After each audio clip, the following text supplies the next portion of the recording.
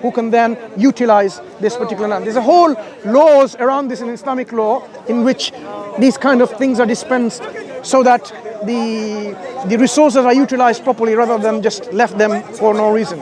So if those people choose not to believe, do they become the enemy? No, they become the protected citizen. They call Zimmi, the protected citizen of the Islamic State, in which their life, their honor, their dignity, their religion will be protected. They don't have to go and fight to defend that land or conquer others. They are exempt from it by being a protected Zimmi and what they call by giving certain compensatory tax in response to their not participating in the expansion activities by going into military conquest and so on and so forth. They can be exempt from that. But Muslims are not exempt, so they have to go. So why is there so much violence attributed to Muslims or over in the Middle East? I mean, you know what? And again, excellent question. From an American perspective, excellent question. It all seems to revolve around the religion. No, excellent question. I'm going to tell you why. If you go back, say, 300 years ago, in a place called Palestine, Muslims were in power. People were living within this particular area, Jews and Christians as well. They didn't have a problem. They were living in peace. When Europe was were about to massacre the Jewish people, they were fleeing to the safe haven with the Muslim lands. Whether it be in Spain or Morocco, or wherever, they were going there. Their life was protected by the Muslims. What happened in the Middle East when the turn of power changed with the Balfour Declaration by the British and others and so on? They created this political instability and the mismatch of power and so on and so forth. That created an unfair, unjust regime in there where Muslims have become the ones who are now victims. Their lands being taken away slowly and eventually the whole landscape changed that Muslims are now the minority with a little bit of land, everything else now taken by the occupying forces. So of course, of course. And of course there will be resentment. There will be anger. Because this is what happens. If someone comes to your home and you say, well, you know what? This is all mine now. Your bathroom is mine, your lounge is mine, your kitchen is mine. You know what? You can go to that shed and live over there. You would not feel happy. You will resist. So what they're trying to do in stopping that resistance, and just injustices happen already, but they want to even stop people from resisting. Initially, the Palestinians were resisting intifada that you know of by peaceful resistance. That didn't work. In fact, they were even more curved because of their resistance and so on. Then they had a political resistance with, some weapons and whatever they had. Maybe initially with weapons and whatever they could get hand of. That's because that's their struggle for freedom and oppression. So in the Middle East, all this violence are happening because of this. And who created all of that? Not the Muslims. Muslims are the victims. There are other oppressors who are creating this form. And this has a ripple effect all over the world, where it seems like everyone is supporting Israel as a nation and not supporting the oppressed nation, the community who are Muslims, the Palestinians. Okay? So the Muslims are angry everywhere else as well. So when you say oppressor, do you mean Israel? The occupying force is the oppressor. Right? Israel or Judaism? Or... No. It has nothing to do with Judaism. Right. People who were Jews were practicing their Judaism in their own quarters, freely, openly, peacefully, in tolerance. Judaism is not the problem with the issue there. It's Zionism. Zionism is a religion in its own. It doesn't have to be, an atheist could be a Zionist. There are Muslim Zionists too, I hear. So America and their relationship with Israel, that creates I don't know if I want to use the term hatred, but you've heard people call America the great oppressor. People can have resentment and anger with America because it's siding with an oppressor. It's not only supporting the oppressor, it's facilitating the oppressor, it's safeguarding the oppressor, it's promoting the oppressor. So by doing so, when you glorify a terrorist, there's a law now that you are actually committing a crime because you are supporting, encouraging, promoting terrorism. America, with its support, is glorifying terrorism. So it's a criminal in the eyes of many people. Right. So does the Muslim religion support the terrorist acts? Of course not. I don't know. No, I'm sorry. Of course not. Of course not. Because Islam gives people the freedom to choose what religion they want to follow, right? If you want to accept Islam, fine. If you don't want to accept Islam, that's your choice. But a lot of these acts are done in the name of Allah. People, when they take in their own hands to commit the acts of violence against innocent people, of course this is wrong. Islam doesn't condone any of that.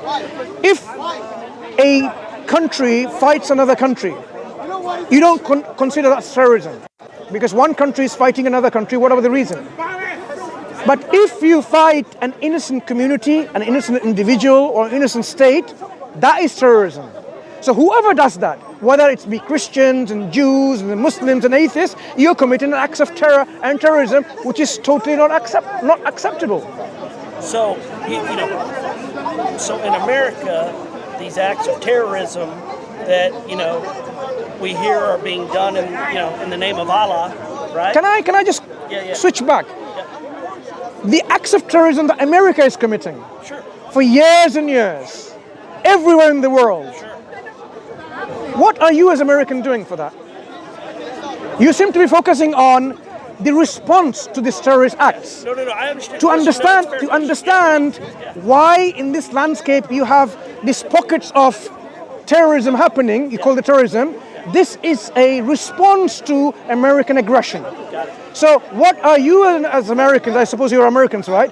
What are you doing to stop America from these aggressions? That will solve the problem for any of these pockets coming and committing here and there, blowing the Twin Towers and blowing this and that.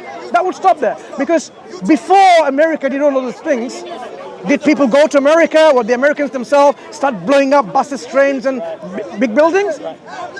It was never heard of. It's only when America has become the aggressor, certain people, which we don't agree with, are committing a tit-for-tat response. Right. So the solution is remove the aggression, so any resistance or counter-response that comes will be eliminated, will be prevented. Right. So if all of that stopped, though, you don't believe that it's settled because you want your land back, right? Palestine, if the land has been taken away, if I take your land, your home. No, I'm trying to understand something. It's not my view. We're talking about a view of people who are sound in their rational judgment. If somebody has taken your land wrongly, what it is required is simply give their land back and say sorry, and that's settled. But if you saying, I'm not going to give you land back, then the problem will remain. That is the reality check that people need to have. Unfortunately, people are not thinking that way.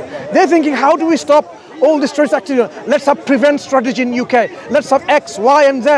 It is not going to solve the problem because there will be a certain individual who will take on their own hands out of their desperation through their maybe emotional stance, not thinking rationally, and they commit something bad in response, which Islam doesn't agree with. But to prevent these kind of things are happening, you have to look at their grievances and you have to solve that problem. America, England are not doing that. In fact, what they're doing is trying to, there's a tap that's leaking. Let's put some sellotape over it. It's never going to fix the problem. Put a pot underneath the dripping water. It's not going to solve it. Concentrate on the root cause. Eliminate the root cause. What is the root cause in your? No, not mine. You tell me. What is the root cause in Palestine? I'm not going to say anything. I'm going to ask you as an American. What is the root cause of problem in Palestine? Occupied land. Occupied land. I'm not going to say anything. You tell me. So occupied land of what? Who's the occupier and whose land is being occupied? Well, so I don't know all the history of, but I think from your You should know. I know. I think this is a fair question, though, what you think of My view, not important. We are talking about So then why is our view important? because you're America, because you're Americans, are not solving the problem. So you need to go and understand what the root cause is. So when you realize occupation, people's usurping and stealing people's land and so on and so forth, seems to be the problem that has caused all this tension around the world, give the land back to its owners, the real owners. So if it belonged to the Jewish people, give it to the Jewish people. If it belonged to the Christian people, give it to the Christian people. If it belonged to the atheist people, give it to the atheist people. Give it to the owners who are the rightful owners of the land. Right. It so happened that it was the Palestinians who had the majority of the land. They didn't just simply sell it off, it was taken from them. So when everybody was living in Palestine, cohabiting together, I think you answered my question. Who owned the land? Everybody owned their... Go back before 1920s. Go back in the 1880s, for example, an arbitrary date. Look at the landscape, look at the map. Who were the indigenous or who were the people living there? Okay, not someone who's a tourist there, people who had their own lands. And you will see the answer. I'm surprised, not you, I'm surprised by the media brainwashing of Americans and Europeans that they didn't even know who's the occupying force and who is the aggressor and the victims. And that's why they never pressurize the government to make the right judgment. The government, with their own particular interest, they will do what they want to do because they have an interest. But if the people realize that that is wrong, they would have solved the matter a long time ago. So the people need to be aware, need to be educated. Unfortunately, the governments are not allowing people to educate it. There is a whole program of media brainwashing. Brainwashing to know who is the victim and who is the criminal. That's the problem. So we want to see that people waking up to it. Like how many Americans, they don't consider the 9/11 is Muslim terrorists done it. They think it's a job by the government themselves, right? Many. The government calls them conspiracy theorists. Sure. Why are they thinking that way? Why are they conspiracy theorists? Is it because they love the Muslims? Of course not. Because the circumstances tells us something fishy going on. So these people are waking up. So we want the general public to wake up, to solve these problems of the world, and you will see that America will be a great nation in the eyes of people. So I understand and I agree there is brainwashing. Let's say, I think, if I'm not mistaken, you might know, isn't Israel, like the Jewish people that are occupying Israel, isn't their argument that this was our land way farther back before? Even before that, it was the original Palestinians and the descendants of them, the Arab Muslims. So they don't win even there. Okay. So what is their argument, though? What is their, like... No, the Zionists have many arguments. They think whole of Saudi Arabia is theirs. The Iraq and Saudi Arabia, part of Iran and so on. That's the Zionist, the world view in their landscape. They want it all. Who gave it to them? God has already guaranteed that this is your land. Of course, this is not your land. If that was your land, what happened to it? So lands come and go. But what the Muslims in Palestine are saying, you, with all your sanity today, you're not like a primitive individuals in the past where it's all about hunting tribes, where you can hunt everything, not only on the people and kill them all, loot everything and it becomes yours. Now you're human beings. You understand and appreciate the differences, whether they are white or black or whatever. You want to live human beings. The people's understanding is a bit more grounded on humanity compared to some other times. So they're saying, you have devoured our land, taken it by force. Okay? We're not talking about a million years ago. A million years ago, it wasn't even yours to begin with. Like America was not for Americans. There was indigenous people. Give it back to them then. I agree. Right? So the question is not about this. Question is the oppression that is committed in the last few hundred years. That's where the problem is. The solution like one-state model, two-state model, and so on, you can try all that mess. Unless you haven't addressed the grievance of the people, there is always going to be pockets of problems here and there. You cannot stop people. When injustice is being committed against any human being, sooner or later, they will rise up. Some strongs from them, emotional from them will rise up. And they might do something which is not good. That's why we need to really make people not have these grievances. So, why do I have the right to mock you and your mother and your wife and your father and so on and so forth? Why do I have the right to insult you? I don't. But this is what the society is doing now. It's like, you know what? You can mock your father, your mother, your prophet, your God, and so on and so forth. If you mock my parents, I will be angry. I would not be happy. I would say, what are you doing? What's wrong with you? If you mock my God, who I love more than my parents, I would be even more angrier. So this is what's happening in the society, people doing this. Why they're doing this? In the name of freedom? That's not how you bring people together. That's a division that you make. That's a division you're trying to make.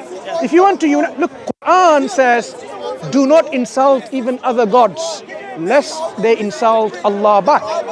So even there are other false gods, we are told not to even insult them. You can disagree and say, they're not worthy of worship, but we have no right to mock and insult. So wouldn't that be like, if you disagree with them, you say out loud, that God isn't real, our God is real. Couldn't that kind of be like an insult? Couldn't that be seen as an insult? What is an insult? It's to the person. The person can define it for themselves what an insult. There's no. You can't just define whether you're a man or a... Look. The current trend is you can define whether you're a man or a woman. I mean, can I define, okay, I'm actually a dragon trapped in a human body? No. Why not? Because that's not who you are. No, I am a dragon trapped. Hear the word, trapped in a human body. I am a female trapped in a male body. No. That's the trend, right? You know the trend. That's what people are trying to, all this LGBTQ business and so on. You and I may disagree that this doesn't work with us. It doesn't work with us. And to them, us disagreeing is an insult to them. Now, how can that be an insult? We are simply disagreeing. Disagreement. It's an insult, but they think it's an insult. That's they need to understand what insult is then. Well, and I think what he's saying is... They see it as an insult. We do not. No, it's not about seeing. You need to understand what an insult is. Disagreement is not an insult. I can disagree with you on something, you can disagree with me on something. Right. That doesn't mean I'm insulting you or you're insulting me. Sure. But I do think, to his point, that I can tell you as, an American, even walking through London, right, that, with so many people in the Middle East that, it's like there's so much animosity because you're either white or American or whatever, right? And I think it's because, something as simple as believing differently, right? The Middle Eastern people, if they do have this outlook about the American whites, that's a social conditioning created by the America themselves. So they're the ones to be blamed partly too, because they have created a social conditioning of a large number of people, if that is true, I'm taking your word for truth, and they have created this grievance within them. If they didn't have that condition, that will be removed. It's if, then this. This is the condition that's been created by the people themselves. So an insult is something that is derogatory. Okay. Something that offends you in such a way that because I have made some ridicule, some mocking, something of that nature. Because if I say, for example, you are beautiful, that's not an insult. Sure. But if I said you're ugly like a pig or something, I'm making derogatory statements. That is when you can say I'm making an insult. So then, on that case, what if I just say you're crazy? Like I don't like. What if like someone out of their mind, like someone on the street who just obviously is not right in the head, they come up to me and say you're ugly, and I'm just like okay, and I walk away, unbothered, uninsulted. Even though they said an insult, I'm uninsulted. Why is like tell your wife you're ugly? No, yeah, but again, like it's. Would you? Right. He understands. Like I'm sure you might be married for a number of years, and you'd know exactly what it means. So we should not say things which people will get hurt. If I say I disagree with you, there's no reason for you to be hurt because I don't have to accept what you believe in. You don't have to accept what I believe in. But it doesn't mean I'm insulting you or you're insulting me. You have to make that distinction. But to disagree is kind of in a way to say I'm right and you're wrong because I believe something else than you believe. I'm right, you're wrong. That's not insult either. You can say I'm wrong, and I would not say it's an insult. Okay. So because that has nothing to do with an insult. Sure, I mean you can say that, but people, it's just such a people who get offended saying this is an insult. They need a reality check. Exactly. I'm not saying that it's just, but it's saying insult is just such a broad word. Like people can take anything as an insult. It's just hard to specifically define. They need to understand what an insult is then, right? People need to, when we say, for example, something is good, you need to understand what good is. Because the good doesn't mean something that is smelling, foul. It has its own connotation conceptually. Right. The language that we're speaking, the words have meanings. Insult, what kind of meaning does it have? Good meaning in the dictionaries? No. That, oh, it's okay for me to be insulted? Everyone says, no, I don't want to be insulted. And they might, by today's convention, give legal right to people like, it's okay for you to insult others.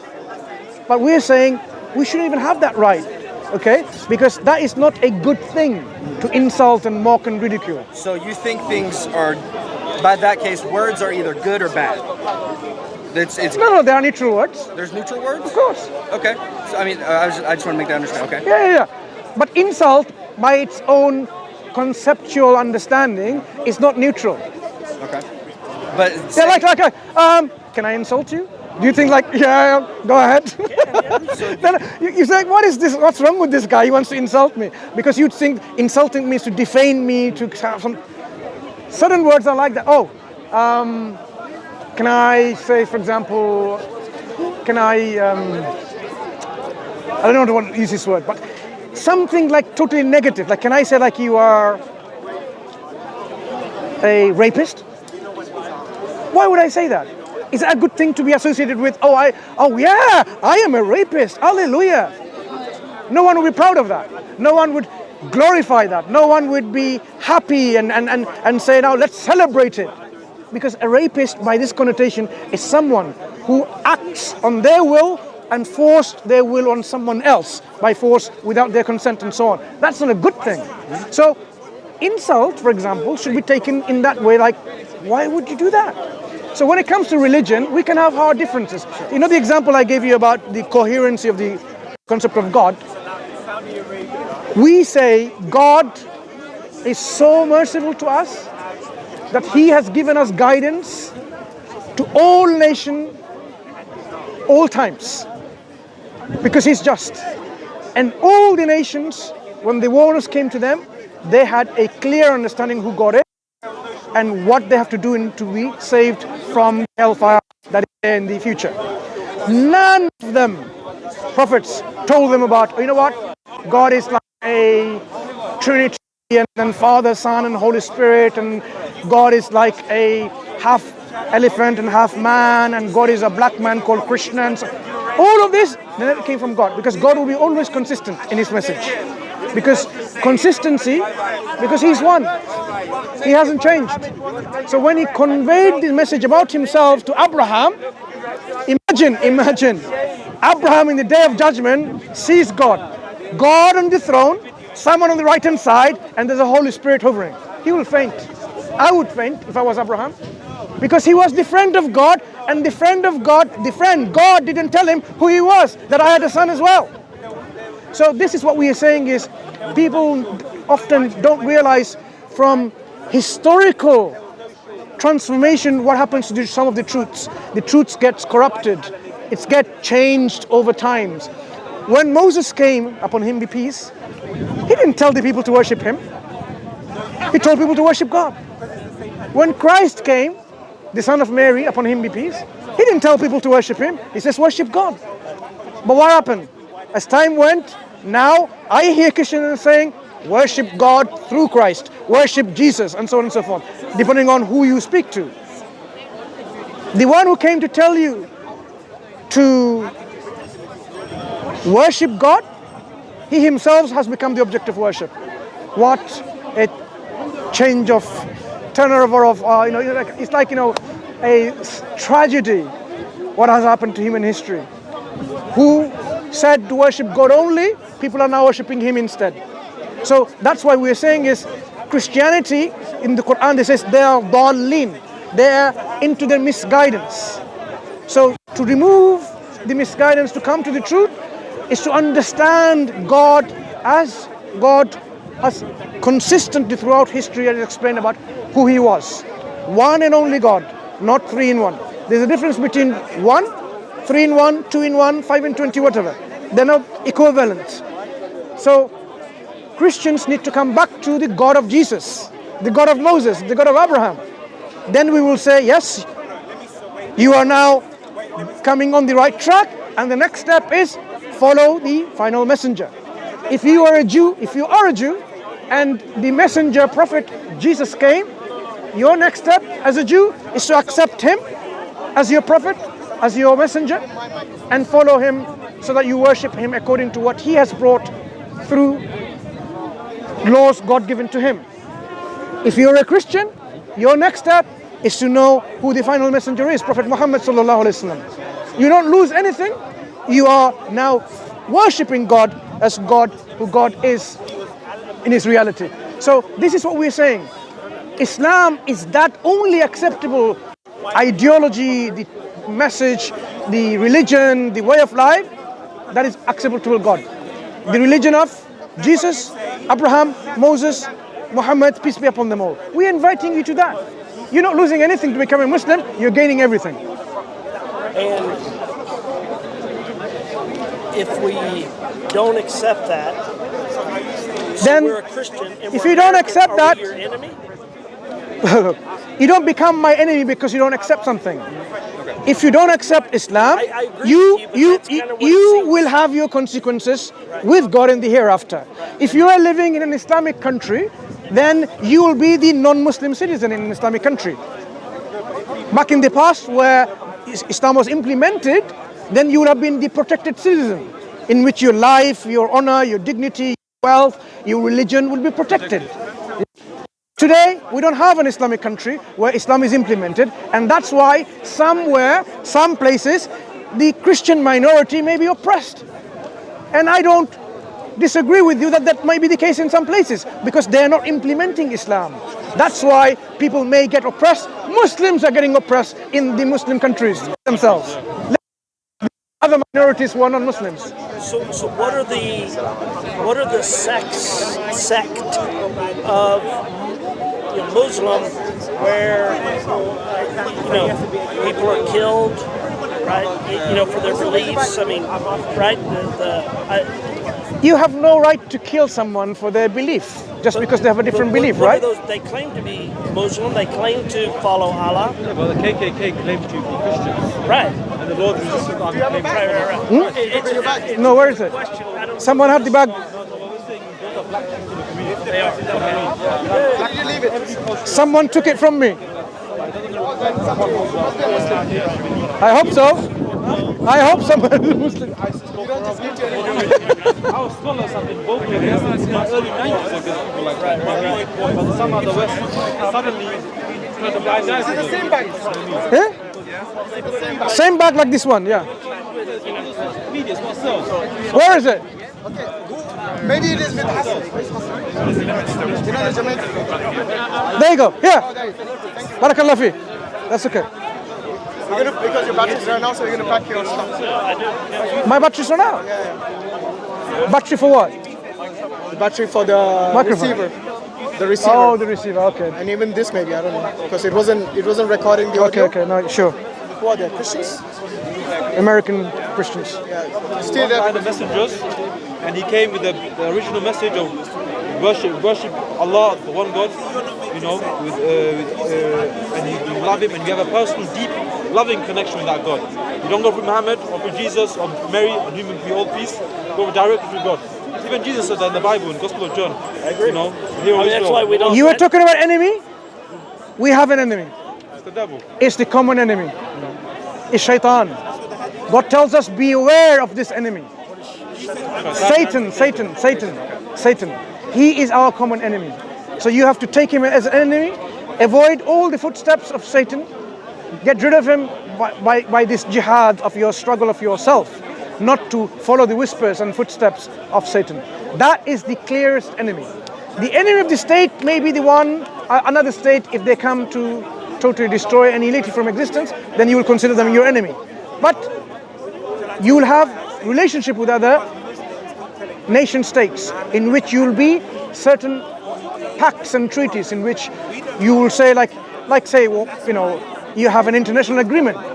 You don't violate this agreement. You have to fulfill this agreement. That's the pact and the treaties that you have. Islam is very harsh on people fulfilling the obligation of treaties and contracts and so on. Yeah, one of the biggest misconceptions is, you know, when we see a terrorist act and it's done in the name of Allah, right? We attribute it to Islam. Yeah, right. That's you know, when the American military does something, they don't do it in the name of religion. You know, right? You know, and so yeah. So you know why they have equated this act with Islam rather than with these misguided Muslims? Because they have a beef with Islam. Because Islam and American interests, they're not synonymous or equivalent. America is a materialistic organization as a state. Right. It thrives on industries like pornography, alcohol, gambling, interest, and Islam again, all of that. So of course, America would not want any obstacles coming from the Muslim world, which is so big, can be so powerful if they unite. And that's why it's always trying to demonize the other and saying, okay, this is all about Islam. So in the minds of the Americans, they will think, that's the thing. So it's a concocted enemy within the minds of the American for a political interest. It's everything's done in the name of religion and not in the name of, you know, a country or a state or, you know, some military. Do you know why some Muslims also get really angry, some Muslims? When America sends bombs to Iraq, in the name of God, in the name of Jesus, whatever, they write it on the bombs and they drop it. How would the Muslim world feel when they see that? So they're aggravating people's grievance and anger. I mean, you are a non-religious entity, you're America, but don't say in the name of God we're going to bomb you. I mean, that's going to even make things worse, right? And think about it, the invaders are coming to invade your country, and you have nothing wrong. You're living in a village, cooking your meat and whatnot, and with your family, and having a family unit, and now you see a country bombing your country. For what? Yeah. One thing I can tell you, America can be a great nation with all these people around there if they start sorting their governments out, right? Well, I mean, I agree. Everything is done, you know, in the name of power, right? It's a power struggle. I agree. Yeah. So likewise, Europe or Australia or Africa, they can be great nations as long as, because people themselves, they're okay, they're good, but they're manipulated, they're indoctrinated, they are somehow, you know, totally brainwashed. That's the key word: media brainwashing, political brainwashing, and that's why the poor people, they're at a loss, not sure what to do. I mean, like the presidents that came to you, some of them, they haven't got a clue how to run the country, and people are voting for them because that's how the confusion people are in. They don't even know who's the fit candidate and who's not. Yeah. So America has a lot of working to do by the people, where your systems of education, culture, and so on, it's real upheaval and real lift. Yeah. Other countries too, not just America only, other countries where then people can have this tolerance and understanding of each other, and we can live in a society with our differences. We can live knowing that, you know, you eat pork and I don't, but I'm not going to simply like, you know, like saying, you know what, I can't even speak to you because you eat pork. I know this is your diet. I know this, your religion says that, but it doesn't mean that, you know, I can't even say hello to you just because of that. So this division that's been created to make enmity between people, between nations, between races, between linguistic communities, is for this again and someone's interest. Because when you have divisions and then you make them in pockets here and there, unity is strength, division is weakness. Yeah. Anyway, it's been nice and pleasure speaking to you. All the best. You take care. Yeah? Okay.